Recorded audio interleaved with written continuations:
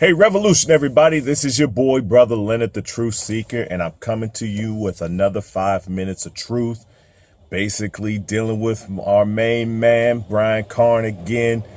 See, we already know that when it comes to major events, Brian Carn got to weigh in, but he got to weigh in and say, thus saith the Lord.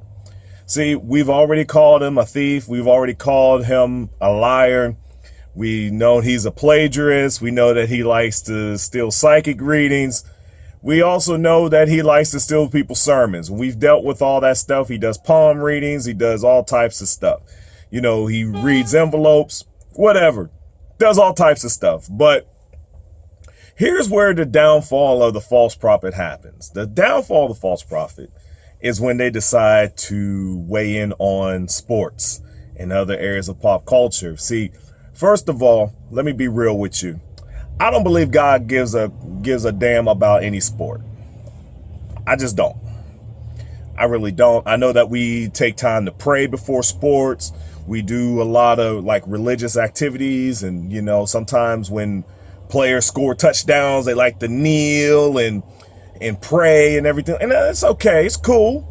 But I don't think it has anything to do with what God has planned in store or the will of God. So having God sit up there and tell you that first, I'm going to play this video.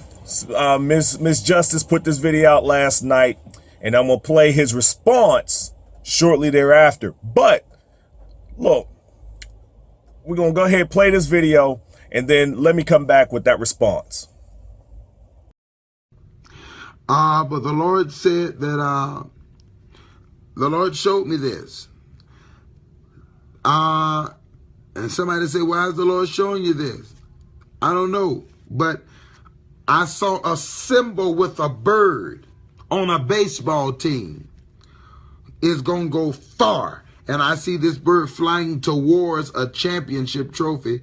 And this team is going to affect the World Series. So remember that. This will be a sign unto you that the Lord has spoken to me and that he speaks to me on little things like this. There's going to be a baseball team, and whoever this baseball team is, a baseball team with a bird on it. Symbol with a bird.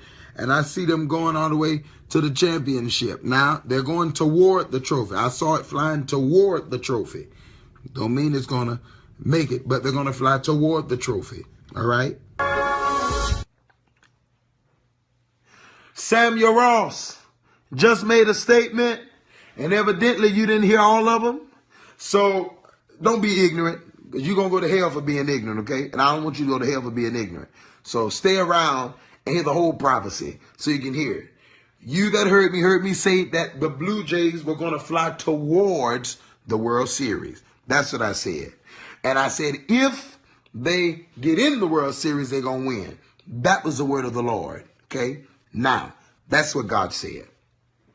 But the word of the Lord was that the Blue Jays would fly towards the World Series.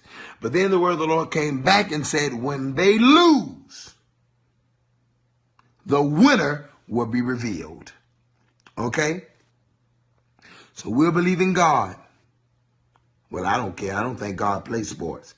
But he knows everything. Okay? And that was a word. I believe Cleveland is going to win the World Series. All right. So now, if you notice in the first part of the video, he made a prediction. And that prediction was that a bird symbol on a baseball team was going to win the championship. See, here's where people don't understand and where people may not have caught this. I did, though, but y'all might not have caught this.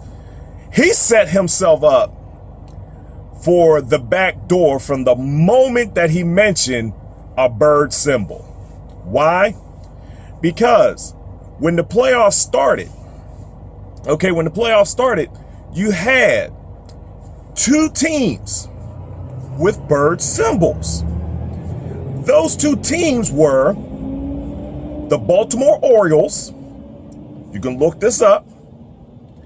Where they hosted the Toronto Blue Jays, okay, in the wild card ALCS, okay.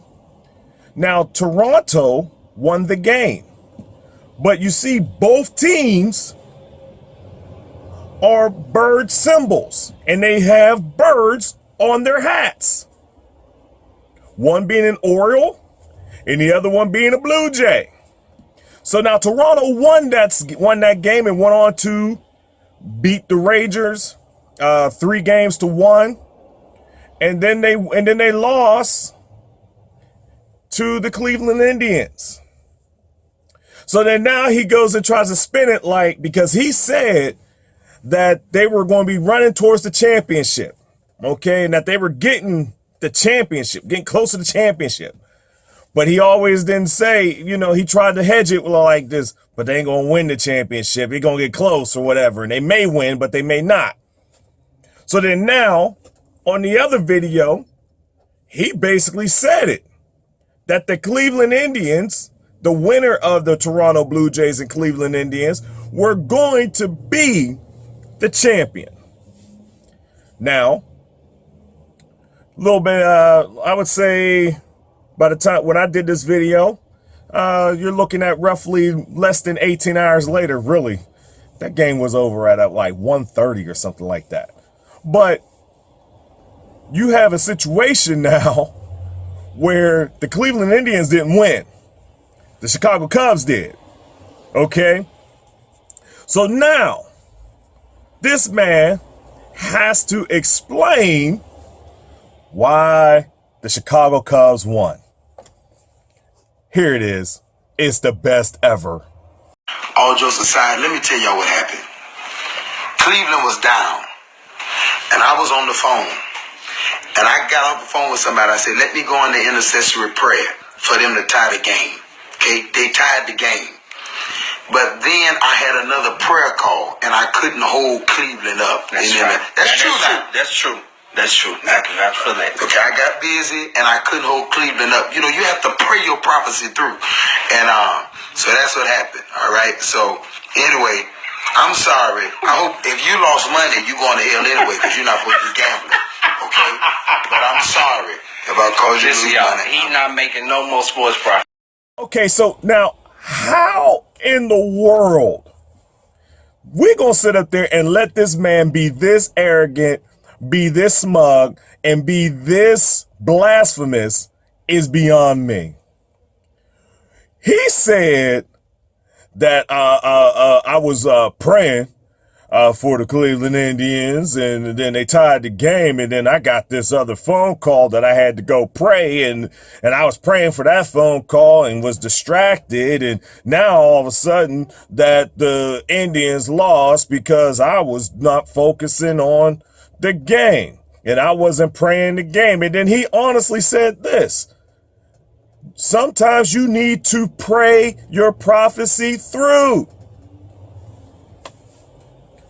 I don't understand that. If God said it was going to happen, whether you pray or not has nothing to do with God making it happen.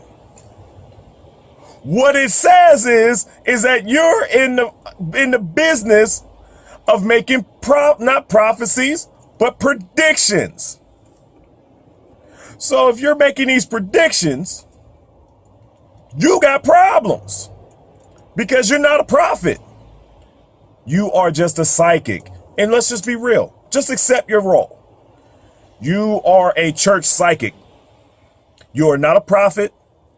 You like to deal with, sports predictions. Next week, you're saying that you're going to the 40, your little prayer thing. We ain't got time for your little prayer mess. What you gonna do? You gonna sit up there and say that Hillary's gonna win? Because that's what you need to say.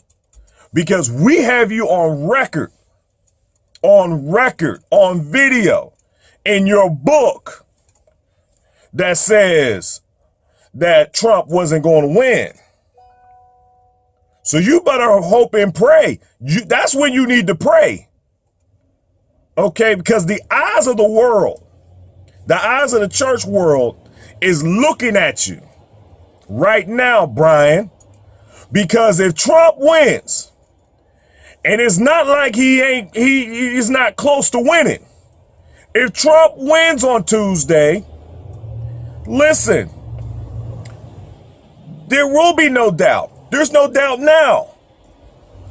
And then you can't come back and say that I wasn't praying on Tuesday night and and then all of a sudden Trump won. I didn't pray my prophecy through. I wasn't consecrated enough. I wasn't doing this. Listen, if the word of God is sure and found, see, this is the reason why I can't deal with you as a prophet. Because the word that comes out of your mouth is contingent on your actions. That's what you're telling me. It is not on the foundation of the word of God that is everlasting and non-changing. It doesn't change. And yet you want to sit up there and say that the word of God changes. You do that all the time, Brian. It's time out for that mess, man. That's why you need to go somewhere and sit down. And I'm for real about that, fam. Now you done got my blood pressure up. See, it is serious. It's not a game anymore, people. Listen, Brian is deceiving you, and yet you want to sit up there and support him. You want to sit up there and try to get, think that. And here's the thing. I understand. I understand for a lot of us. Life is tough. Life is hard. And, dealing with the pressures of life may cause some of us to be desperate. And I understand that some of y'all are in a desperate situation. I sit back here and talk with people in desperate situations all the time. The only thing that I can give them is the word of God. And not what I say is the word of God, just the word of God.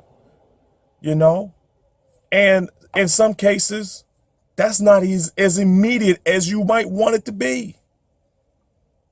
Some of y'all sitting up here facing foreclosure, facing eviction, facing hunger, and you're sitting up here believing God that through whatever person that is in your life, that you put in your life, that they can touch God for you.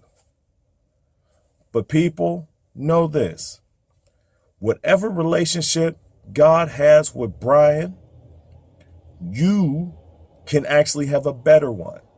Because you're not going to take advantage of people. But you can have your own relationship with God. You are allowed to have a relationship with God.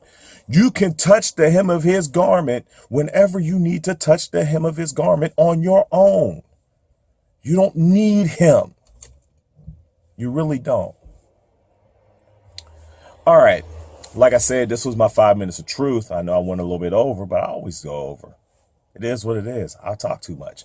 Yeah, thanks. Somebody on YouTube told me that the other day. Oh, well, I don't care. But just know that next week, Tuesday, look for, if Trump wins, look for the video of Brian Carn saying that Trump is not going to be president of the United States. That's only 5 days from now. Okay? 5 days from now. So look for me to come out with something if Trump wins. If he don't, oh well. But I can guarantee you, the moment that they flash that up on the CNN screen or the MSNBC screen or whatever, when I see that ugly man's picture up on the thing, I'm going to say thank you, Brian. Because at least we can get rid of one dummy. Just one. If we can get rid of one, that'll be good. May not be Trump, but it could be you. All right, revolution, everybody. This is your boy, Brother Leonard, Truth Seeker. And I came with you with 5 minutes of truth because Brian ain't coming with you with nothing but a bunch of lies. Because that's what he do. All right, revolution, everybody.